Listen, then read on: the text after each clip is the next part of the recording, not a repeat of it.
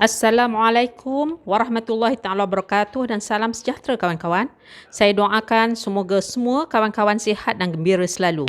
Hari ini kita akan berkongsi satu lagi makanan tradisi iaitu apam kampung warisan atau dalam bahasa Inggerisnya adalah heritage steam cake yang tidak menggunakan gula merah tetapi warnanya seperti ada dicampurkan gula merah. Kesempatan ini saya ingin mengucapkan jutaan terima kasih yang tidak terhingga kepada kawan baik saya, Puan Haslina yang berada di Bandar Baru Bangi kerana selalu sudi cuba membuat resipi yang saya kongsikan di Cik Cuk Channel. Terima kasih ya. Dan tidak lupa juga kepada kawan baik saya iaitu Puan Laila yang lebih dikenali sebagai Sleeping Beauty yang telah banyak memberi idea-idea yang bernas untuk saya kongsikan di dalam masakan yang saya buat. Terima kasih Lela. Resipi ini adalah resipi daripada mak saya yang beliau gunakan semasa beliau menjual kuih apam ini pada suatu masa dulu. Semoga kawan-kawan juga dapat menghadiahkan Al-Fatihah kepada arwah mak saya dan Sepiah binti Hajah Putih Rahmah.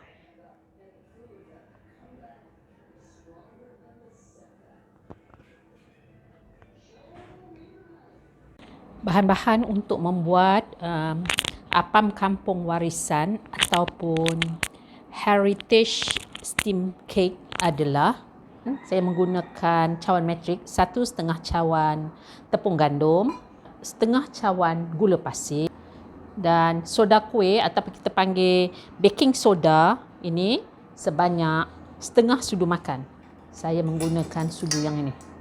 Semua bahan-bahan ni kita gabungkan. Campurkan dengan 1/4 sudu teh garam ya. Ini adalah untuk melemakkan kita punya apam ya. Masukkan setengah sudu mauripan bersamaan dengan setengah paket ya ataupun 6 grams. 3. Okey, 3 sudu makan air suam. Ini adalah untuk memastikan yang kita punya yeast ni adalah masih aktif ya. Rehatkanlah kita punya adunan ni. Setengah cawan air ni kita masukkan sedikit demi sedikit ya.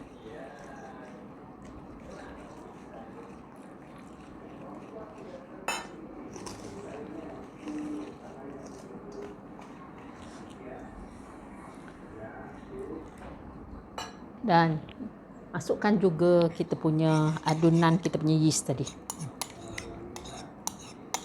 Mauripan kita ya. Kacau. Dan campurkan semua. Gaulkan kita punya adunan ni sehingga semuanya sebati ya.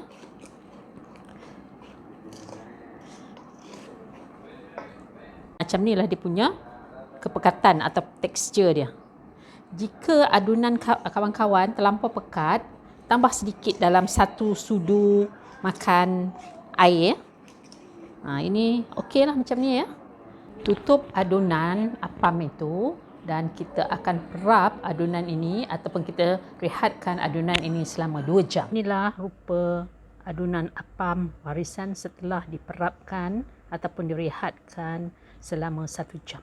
Saya gunakan loyang yang berukuran 8 inci kali 8 inci ya, dan saya telah sapukan dengan margarin ya supaya memudahkan kita untuk mengeluarkan kuih apam kita selepas masak nanti ya. Sementara itu kita sediakan kita punya kukusan dan pastikan air kukusan kita itu menggelegak sebelum kita memasukkan kuih ya.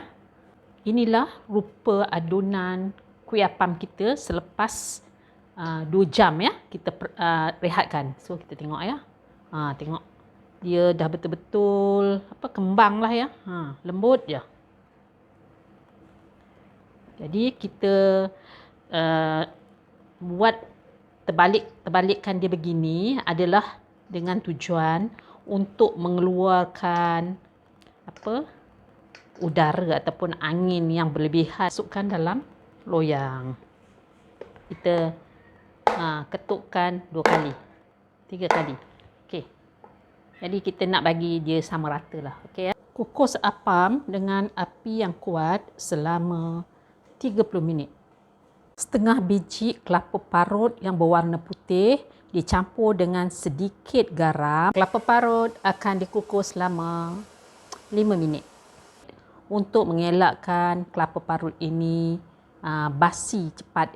Selepas kuih kita dimasak selama 30 minit, kita cek sama ada dia dah masak atau tidak ya. Okey, nampak bersih maknanya dah masak. Ini kawan-kawan adalah titisan daripada kita punya penutup kukusan. Jadi ini tak elok lah sebenarnya ya. Jadi sekarang kita tutup api ya. Alhamdulillah, inilah hasil apam kampung warisan atau dalam bahasa Inggerisnya heritage steam cake. Rasanya manis, rasa lemak-lemak dan juga teksturnya adalah lembut dan sedikit kenyal. Saya nak beri petua, kalau kawan-kawan nak hasil kuih apam kampung yang cantik, nombor satunya kita kena gunakan api yang kuat semasa mengukusnya. Yang keduanya, sebelum meletakkan loyang untuk mengukus kuih ni, pastikan airnya mengelegak betul-betul baru masuk loyang untuk mengukus kuih apam ini. Yang ketiganya, elak air ataupun wap air jatuh ke atas kuih ini. Jadi, kalau kawan-kawan ada aluminium foil, tutupkanlah loyang kita dengan aluminium foil. Tetapi macam saya tak ada aluminium foil. Jadi bila saya kukus 15 minit, lepas tu saya macam sengetkan tudung tu supaya air mengalir turun ke dalam tempat kukusan. Lepas tu kali yang keduanya, bila kita buka lagi sekali tu, nak tengok sama ada dia dah masak atau belum pada masa 30 minit tu. Jadi 15 minit sekali buka tudung dan yang terakhirnya 30 minit. Kawan-kawan ada kain yang sesuai untuk tutup penutup kukusan tu, tutuplah dengan kain itu.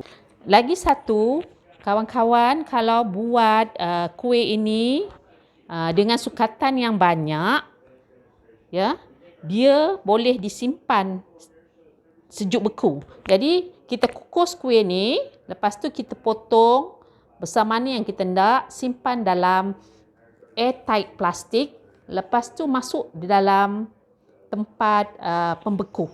Dan bila kita nak makan, bawa keluar, lepas tu kukus lagi sekali. Dia betul-betul rasa seperti kita baru saja kukus apam kampung ini. Saya harap kawan-kawan sudi mencuba membuat kuih ini. Terima kasih yang tidak terhingga kepada kawan-kawan yang telah menjadi subscriber saya dan menyokong saya selama ini.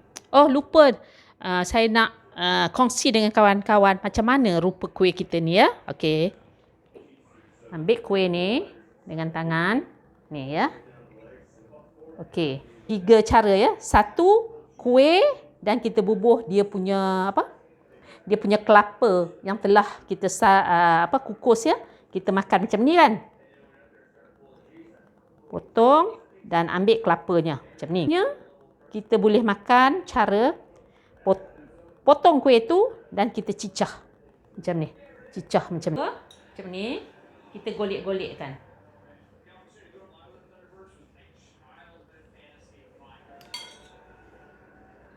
Jadi seluruh kuih ni adalah kena kelapa. Saya ingin ucapkan jutaan terima kasih kepada semua kawan-kawan yang sudi melayari Cik Cup channel. Hingga bertemu di video yang akan datang. Saya ucapkan wabillahi taufik wal hidayah. Wassalamualaikum warahmatullahi taala wabarakatuh.